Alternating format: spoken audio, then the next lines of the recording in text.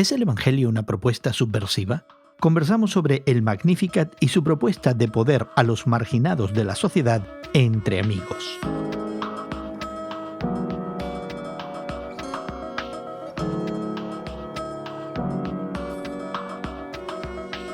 Gracias por acompañarnos en esta conversación entre amigos, donde hablamos de temas de actualidad desde una perspectiva cristiana.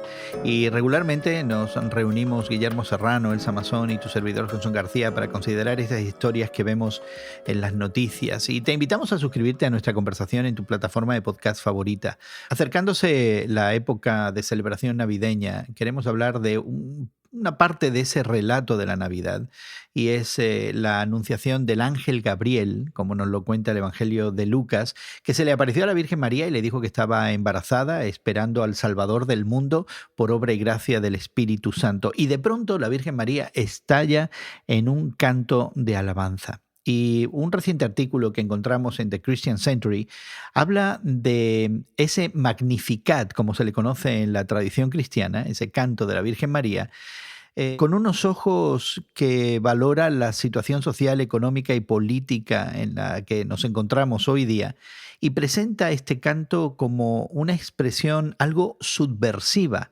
en la que Dios, entre otras cosas, quita a los poderosos de sus tronos y da poder a los pobres, da cosas buenas a los hambrientos, pero despide a los ricos con las manos vacías. Y realmente, si le prestamos atención a esa frase, sí, pudiéramos estar de acuerdo que el Magnífica tiene no algo, sino mucho de subversivo. El problema que tenemos nosotros los creyentes, vamos a llamarles tradicionales, es que hemos glorificado la imagen de la llamada Sagrada Familia, que tiene una aureola sobre la cabeza de José, de María y del niño, en donde los ponemos aparte de la sociedad, como una especie de familia súper protegida y que nos va a traer muchos beneficios, pero que no tiene nada que ver con los problemas que nosotros enfrentamos como seres humanos. Es por eso que la glorificación de la Navidad a veces nos lleva a extremos realmente increíbles y no ponemos a estos personajes, no los ponemos a la altura nuestra porque son no solamente inalcanzables, pero son intocables. A mí me llama la atención también cómo muchas veces dejamos de ponernos, ¿no?, en el centro de ciertas declaraciones que vienen directamente de la palabra de Dios, de la Biblia. Creo que muchos de nosotros no nos vemos como gente poderosa. Y sin embargo, cuando comparamos tu vida, Gerson, la de tu familia, la mía, la tuya, Serrano, si nos comparamos con el resto del mundo, con otras naciones donde el nivel de vida es muchísimo más bajo económicamente, socialmente hablando, tal vez nosotros estemos de ese lado y seamos de cierta manera merecedores de juicio. Yo creo que debemos de tener mucho cuidado.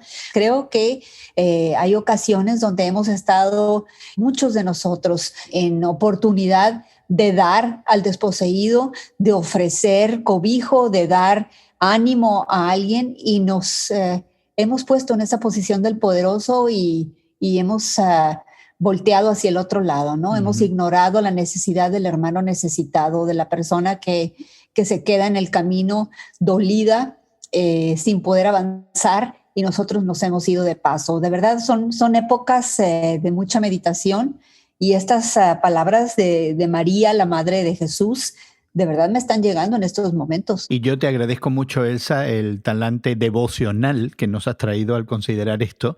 ¿No sería también una oportuna lectura el pensar que hay algo en el Evangelio que cambia este mundo, que lo transforma y que lo pone patas para arriba? Estamos en medios de comunicación, nuestro programa sale en las redes sociales, es decir, formamos parte de este mundo complejo, tecnologizado en el que estamos viviendo.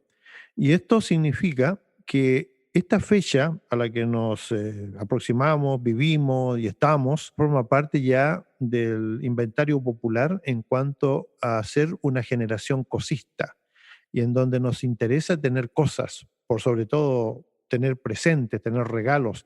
¿No será que nosotros también hemos caído inmersos en esta vorágine que significa la publicidad, en donde ya no tenemos tiempo ni para pensar ni para reflexionar, sino en qué cosas voy a recibir y en donde somos tan poderosos como cualquiera en términos de la avaricia que se ha apoderado de nosotros. Creo que tienes razón, Guillermo, pero creo que realmente lo que Gerson está apuntando es realmente a los que son poderosos con la letra P mayúscula, ¿no? Como el presidente de tu nación o de la mía, ¿no? Como los reyes, actuales reyes de sangre azul que existen todavía en alguna que otra nación, la gente que se encuentra realmente en el 1% de los más ricos, ¿no? De la sociedad a nivel global, ¿no? Y creo que sí, muchísimas veces se encuentran ellos en una posición de un orgullo que es realmente ofensivo a Dios, ¿no? Es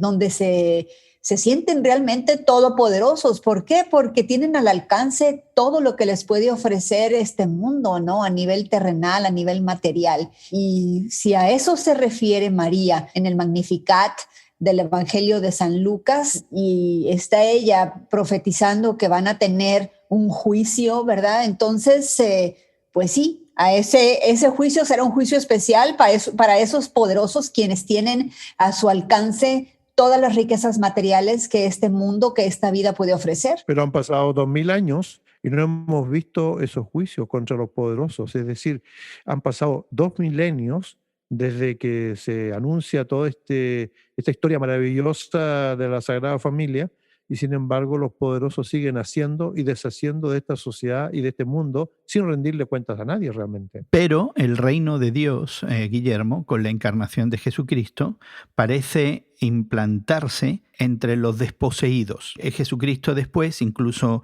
en el Evangelio de Lucas, en la narrativa que continuará a lo largo de las siguientes páginas de esa historia, nos habla de que Jesús vino a buscar lo que se había perdido, nos habla del interés de Jesús por los marginados, nos habla del interés de Jesús por establecer su reino entre los pobres, en el sentido más amplio de la palabra. Es decir, aquí el Magnificat refleja este acto divino de posicionar la deidad junto a los márgenes de la historia. Yo creo que no nos podemos olvidar de eso. Yo creo que la aseveración de que han pasado 2000 años y nada ha sucedido no hace justicia al hecho de que en los márgenes de la historia cosas sucedieron y continúan sucediendo. Y quizás es nuestra percepción, ¿no? de que debemos empezar a mirar fuera de lo que el mundo considera el centro de operación, donde suceden verdaderamente las cosas, que es en los tronos, en los congresos, en los palacios presidenciales, en las gestiones políticas, y empezar a mirar que Dios, en Jesucristo,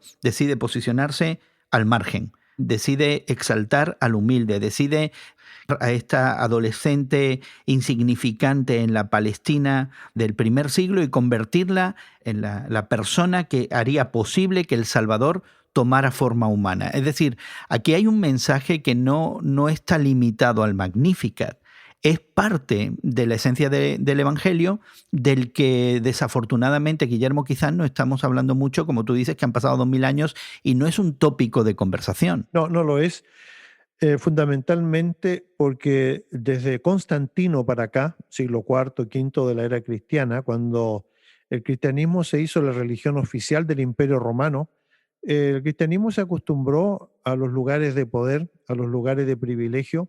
Recordemos que no hace mucho tiempo atrás, un par de siglos, la iglesia oficial, la iglesia más grande dentro del cristianismo, tenía posesiones terrenales y era un centro de poder político, que todavía lo es, que todavía sigue accionando. Entonces yo creo que el Magnificat como cántico religioso y como expresión profética tiene valor, no lo voy a poner en duda, pero la cuestión está en cuánto y cómo los creyentes, los cristianos, van realmente a hacer la suya, ¿no?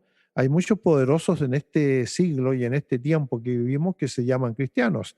Reyes, presidentes de muchas naciones aparecen con una Biblia en la mano y se consideran también muy, muy cristianos, y sin embargo sus posiciones de privilegio nunca han cedido, ahí están, y no han trascendido al sector pobre, al sector de la gente que lo necesita. A mí lo que me preocupa quizás es, por un lado, no descartar el toque de atención importante que Elsa nos hizo al principio, en un tono quizás más devocional y más de responsabilidad personal. Yo creo que el Magnificat nos desafía a eso, de decir, yo también necesito ese mundo patas para arriba en mi propia vida personal. Pero también creo que de alguna manera nos hemos olvidado de un mensaje que es intrínseco al Evangelio, y es esta realidad de un Evangelio que transforma el mundo de una manera irreconocible. Y yo creo que ahí es donde está la clave. No necesariamente una actitud liberacionista o políticamente progresista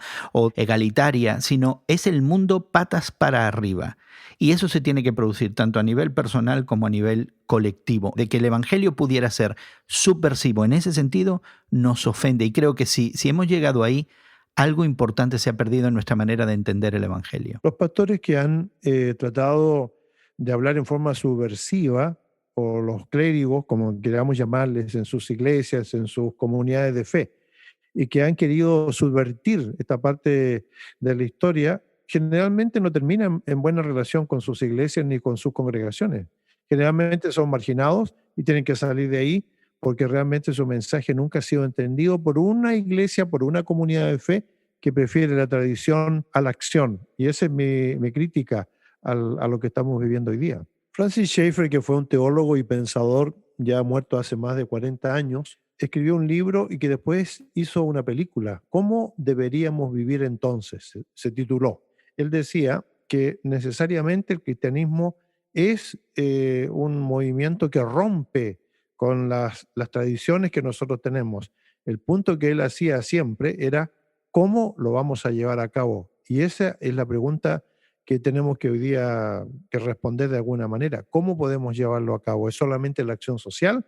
¿Es solamente la crítica en los medios de comunicación? ¿Es solamente una planificación de masas? ¿Cómo lo vamos a llevar a cabo? Ese es el punto de encuentro, ¿no? Para mí tiene mucho que ver la reflexión en un balance en lo que tiene que ver nuestra relación vertical con Dios y nuestra relación horizontal también con Dios, porque Jesús nos dijo, amarás a Dios sobre todas las cosas y al prójimo como a ti mismo. No podemos nada más siempre caer con un lado de la moneda y vivir una vida espiritual vertical con una atención a nuestro estudio de la Biblia, ¿verdad? Donde sabemos los puntos y comas y cada capítulo y hemos memorizado grandes pasajes, ¿no? Tal vez de los salmos, ¿no? O de los libros más importantes, ¿no? Pero Dios nos llama también a caminar horizontalmente con Él de la mano, extendiendo su amor